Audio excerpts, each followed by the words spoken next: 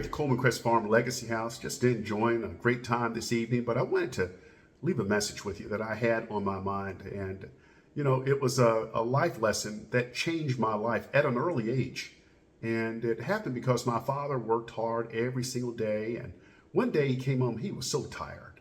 He worked at the post office and he managed our family farm here. He was paying for the college education of my two older brothers and my older sister.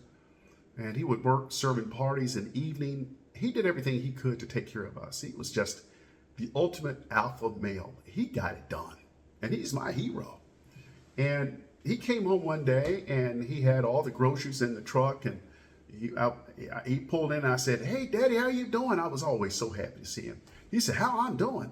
You need to help me to get these groceries out of the truck. I need you to start managing." I said, "Where's that coming from?" I said, "Manager, what do you mean? I'm 12 years old." He said, "I need for you to step up. I need for you to start running the farm. Your brother's gone to college.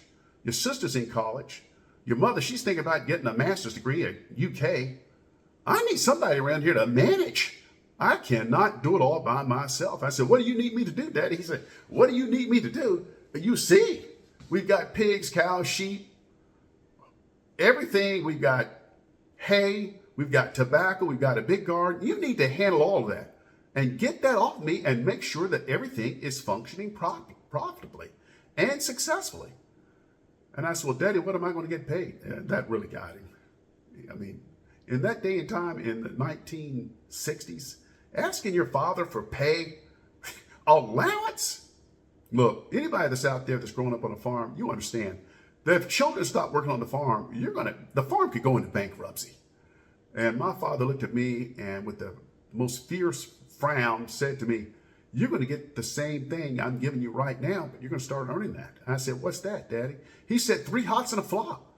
Now, for those of you out there that might not know what 3 hots and a flop are, that's 3 hot meals, breakfast, lunch, and dinner, and a bed to sleep in. And he had been telling me that all of my life. And I said, "Well, Daddy, I'm already getting that." He said, "You are." And he said, "Starting today, you're going to start earning it." And he put me right to work. And you know what? I stepped up and I loved it, especially when he called me the manager. He would say that in front of my uncles and my aunts. He'd say it up at the church. "James Russell, he's the manager of Coleman Crest Farm. He's the manager of Coleman." I love the power. I love that he, turned everything over to me, empowered me. I made decisions right at the moment, and I was responsible for those decisions, and he held me accountable. One area was taking care of the hogs. And my father, we could only raise so much corn and grain on our farm to take care of the hogs that we had. We usually had too many. We had usually 20 hogs plus. And we just couldn't take care of all of our hogs with the grain that we had and with the amount of space that we could grow the corn. So my father would go to this local granary here in Lexington, and he would buy additional corn and grain that pigs will love and eat. And when my brothers were running the farm, they would go up there and they would give about 3 or 4 big buckets to the pigs. And when I took over, the pigs stopped. They were like breaking out every single day. They stopped acting right. I don't know what it was. I don't know if they were rebelling my leadership, but they were breaking out every morning. And my mother would come into my room, "Baby, wake up. Mr. Shields, he just called and he said, y'all got to come get these hogs. They're rooting up my farm." And this would be sometimes 5 and 6 o'clock before I would catch the bus to go to school. And I would get sick and tired of going out every morning. Many times it was raining. And I would have to go out and get the hogs in.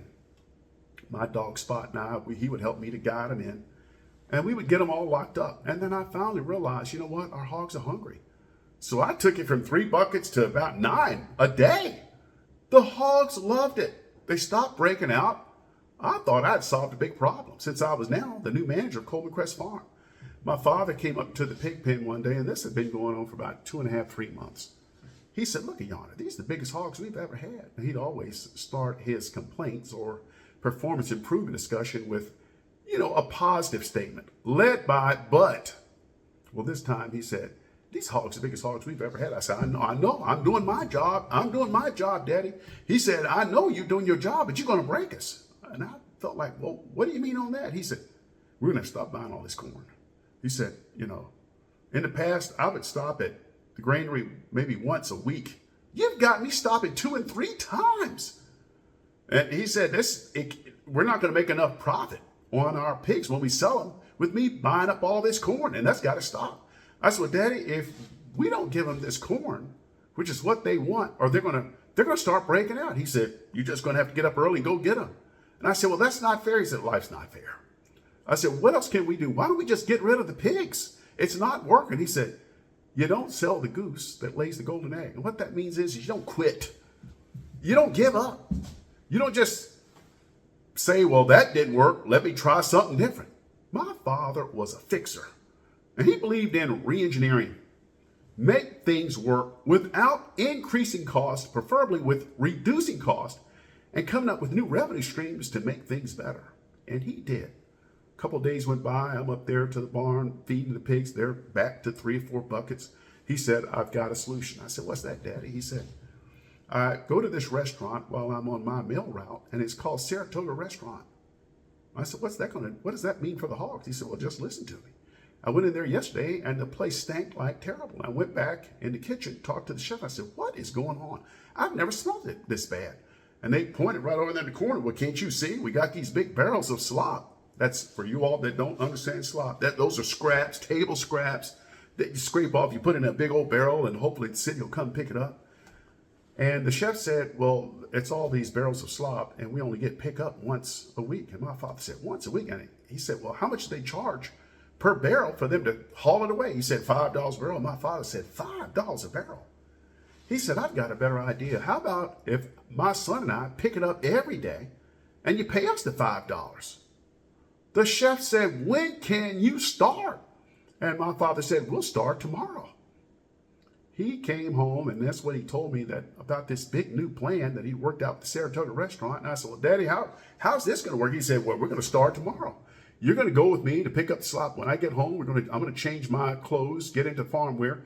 We're going to jump in the truck, go up to Saratoga restaurant. They said they'll have it right outside in the back of the restaurant, and we'll just put it right up on the back of the pickup and bring it home and feed our pigs. We did that. It was amazing. It felt like a large cloud following our truck home, but it wasn't a cloud.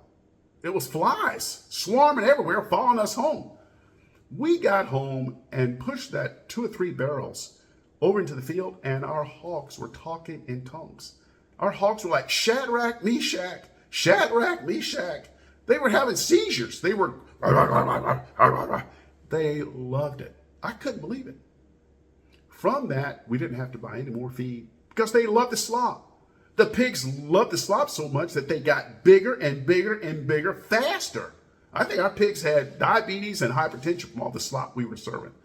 After about 2 months, we were getting so much slop. And by the way, we were getting $5 a barrel for every barrel that we were bringing home to feed to our pigs. The pigs stopped eating it. And I went down to the house. I said, Daddy, we got a new problem. What now? I said, well, the pigs, we're getting so much slop that they're not eating it. And now we've got rats up in the barn.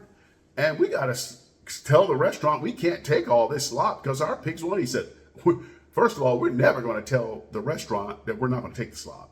We're not going to stop taking $5 in opportunity. So what I want you to do is jump in this truck, drive up the road, not 12, 13, no more than 12 years old, y'all. I jumped in the truck. He said, go up there and see if Cousin Will and Cousin Eliza if they need this leftover slop. We had about 3 barrels left over in the pickup.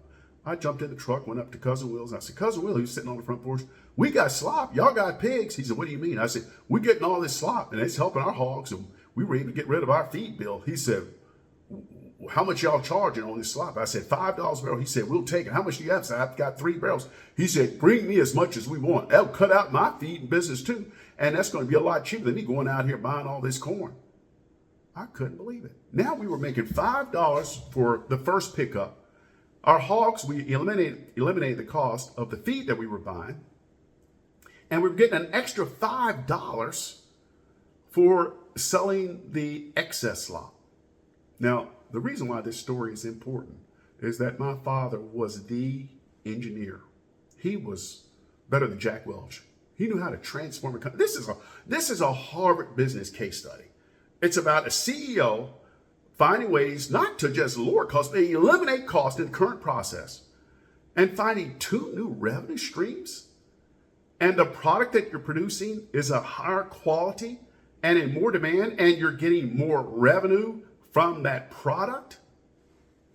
Y'all, I was so impressed that this story took me all the way to where I am right now in my life. As a matter of fact, this story paid for my college education. And my father said, on top of 3 hots and a flop, what I'm going to do, and he committed, is that I'm going to pay for your college education just like I'm doing right now for Ruth, Bub, and Coley, and your mother. And he made good on it. The night before I went to Howard University, he said, look, I got to go to work. Your mother and brothers and sisters, they're going to take you to Washington tomorrow. I got to go to work. Look in that drawer. It was in his drawer in their room, my parents' room. I looked in there. He said, look at that envelope in there that says Citizen Union on it. I looked at it. He said, now 2 things. Open that check up. What does it say? I said, Daddy, it says $10,000. Howard University was $1,800 a year. He was giving me a check for all 4 years with a little extra. And he said, look, half of that, $5,000, came from all the profit that we made during the time that you were managing the farm. And the other $5,000 came from us taking a note out on the farm. He said, I'm still trying to get this $10,000 paid off that we used in 1950 to build this house. That $5,000 has got to be paid off by you when you graduate. Number 2, that's all we've got. And number 3, don't come back. And that was the end of it. And he said, good luck. My father was stern. He was tough. He's probably the best business person I've ever met in my life. He planned his work and worked his plan. He had a vision. He didn't cave in and quit. He never quitted. He took care of us to the day he died. And in honor of him, I wrote this book. And the name of the book is Don't Sell the Goose That Lays the Golden Egg. And this book is all about the story that I just shared with you. It's a children's book, but it truly is an operating guide for anybody out there, whether you're on a farm, small business, or even a big company. These principles work. Bottom line is that what I learned from all of this whole story, is some key nuggets that I want to share with you. If you help other people to get what they want, they'll help you to get what you want. Delayed gratification is when you are willing to do the things today that other people are not willing to do, so you'll have the things tomorrow that most people won't ever have. Profit is a certificate of performance. When you make a profit, that means you're doing something right, okay? It is tough to make money, not just in farming, but most Fortune 500 companies, they only make 3 cents on the dollar. But if you can make a profit, it's a certificate of success. To achieve desired results, quitting can never be an option. My father, quitting was not in his vocabulary, and it's not in mine. That doesn't mean maybe you might change direction, but your vision and where you want to go does not change. Working really hard, that's just what successful people do. There is no easy way out. You know, a lot of folks today want to launch maybe I'll just be a YouTuber. Maybe I'll just be an influencer. And like they're going to make millions of dollars. Nothing is easy. You've got to be dedicated, and hard work is just what successful people do. The last one that I want to share is meeting conflicting objectives is the skill of the best leaders ever. You know, my father was good at meeting conflicting objectives. Lower cost, increase revenue. Eliminate feed that we're buying and find another solution, slop, that we get paid to deliver. You know, Ken Chenault at American Express, he always came up with that message about meeting conflicting objectives. And when I heard him say that, I thought, I learned that when I was 12 years old.